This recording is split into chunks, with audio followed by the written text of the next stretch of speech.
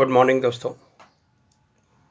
जैसा कि कल एक न्यूज़ आया था, जो अवनीश पांडे हैं, यूपी पीसीएस प्री 2018 में जो 460 बीडीओ की सीटों को सम्मिलित करने से संबंधित जो केस वो दायर किए थे सुप्रीम कोर्ट में, चूँकि वो हाई कोर्ट से हार चुके थे और हाई कोर्ट ने उन पे 25,000 का जुर्माना भी लगाया था, तो वो उस वाद को सुप्रीम कोर्ट में फिर ले गए। वहाँ कल डिसीजन आया जो काफ़ी जो है वो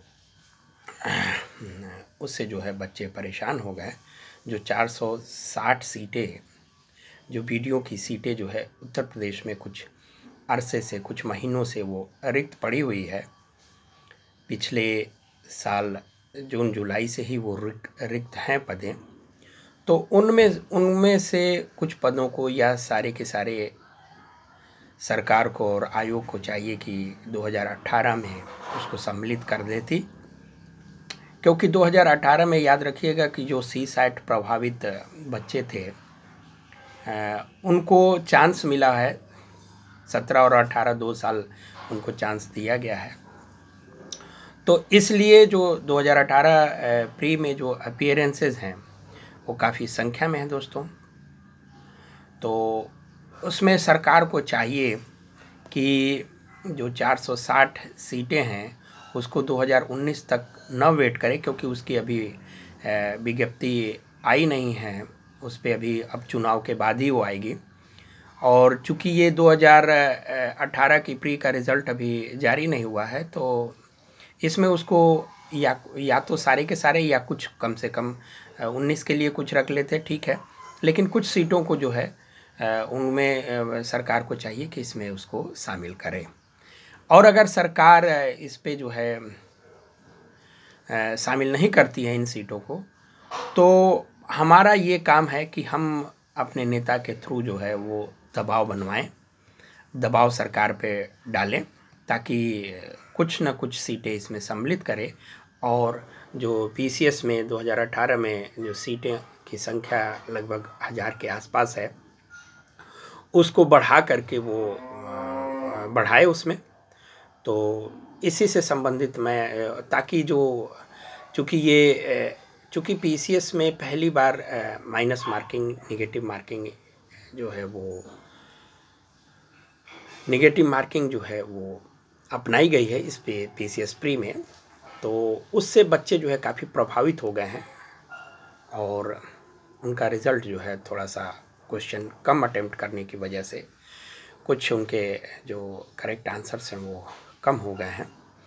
तो अगर ये सीटों को सरकार सम्मिलित करती है तो वो सीटों की संख्या बढ़ जाने की वजह से मेरिट भी कम जाएगी, और जो 80-82 के आसपास जो किए हैं माइनस मार्किंग के बाद, उनका भी इसमें हो जाता दोस्तों।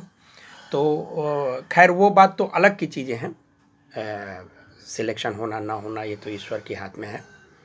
अपना मेहनत तो है ही, वो तो सबसे बड़ा फैक्टर है, मेहनत करना चाहिए। तो दोस्तों, लेकिन सरकार को भी चाहिए कि जो जितना वैकेंसियां हैं उसको ज़्यादा से ज़्यादा इंक्लूड करे। चूँकि ये जो बीडीओ की वैकेंसी हैं वो पिछले साल जुलाई अगस्त से ही, लगभग जून जुलाई से ही खाली थी, रिक्त पड़ी हुई थी। तो हम लोग को भी चाहिए कि कुछ दबाव सरकार पे बना करके, चूँकि ये चुनावी माहौल है, मौसम है, अगर इसका हम फ़ायदा उठाते हैं तो सरकार जो है वो बैकफुट पे है दोस्तों, और उसको जो है उन सीटों को ये सम्मिलित कर दे 18 में, और बच्चों का जो है इससे भला हो। तो ये मैं चाहता था, इस पे आप लोग ध्यान दीजिएगा। कौशल सिंह हमारे नेता हैं, अवनीश पांडे हैं, बहुत सारे हैं जो कि आपके इस काम को आगे बढ़ा सकते हैं। चूँकि आपका काम पढ़ना है, चूँकि 17 जून से जो है प्रस्तावित है डेट मेंस की, तो आप पढ़ाई पे कभी लूज़ मत पड़िए और उनको जिम्मेदारी दे करके आप लोग पढ़ाई करिए। तो इसी के साथ आप इस पे थोड़ा एक्टिव हो जाइएगा, ताकि जो है वो सीटों को ज़्यादा से ज़्यादा इसमें इंक्लूड करें, और इंक्लूड करना भी चाहिए, क्योंकि प्री की जब तक रिज़ल्ट नहीं आती है, ये विज्ञप्ति में लिखा रहता है कि प्री की रिज़ल्ट आने तक सीटों की संख्या बढ़ या घट सकती है। तो भारतीय जनता पार्टी सरकार में दोस्तों जो है वो सरकारी नौकरियों को ऐसे ही जो है तिलांजना दे देते हैं सरकार, और हमको डर है कि कहीं सीटें कम ना हो गई हो। मैं तो एक यूडीए अधिकारी से बात किया था, उन्होंने बताया कि 1150 के आसपास सीटें हैं। तो मैं वीडियो में जारी किया हूँ, पता नहीं अब उसमें से कुछ कम है क्या है।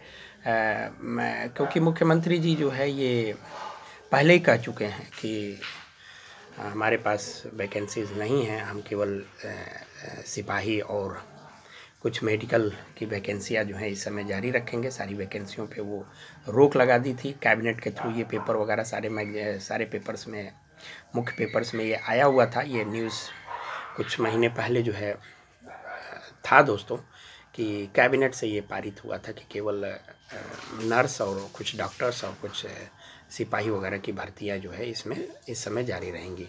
और माध्यमिक शिक्षा चयन बोर्ड वगैरह का जो है वो सीटें जो है वो जो वैकेंसियां थी और जो परीक्षाएं आगामी थी उन पे रोक लगा दिया गया था।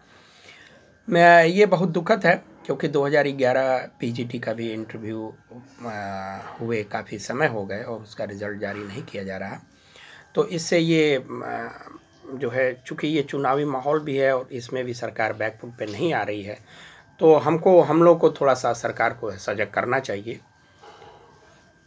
चूँकि हम ये नहीं कह रहे हैं कि आप लोग अपना पढ़ाई छोड़ करके आंदोलन करिए, ये क्योंकि कुछ बच्चे जो है ये समझते हैं कि सर जो है वो काफ़ी हम लोग को डिस्टर्ब कर रहे हैं, पढ़ाई से जो है पढ़ाई में जो है बाधा ला रहे हैं। तो ऐसा नहीं है, आप अपने नेता के थ्रू जो है इसको कहिए वो आगे बढ़ाएं, सरकार पे दबाव डालें और सीटों को यथाशीघ्र इसमें सम्मिलित कराएं 18 में। तो इसी के साथ धन्यवाद, नमस्कार।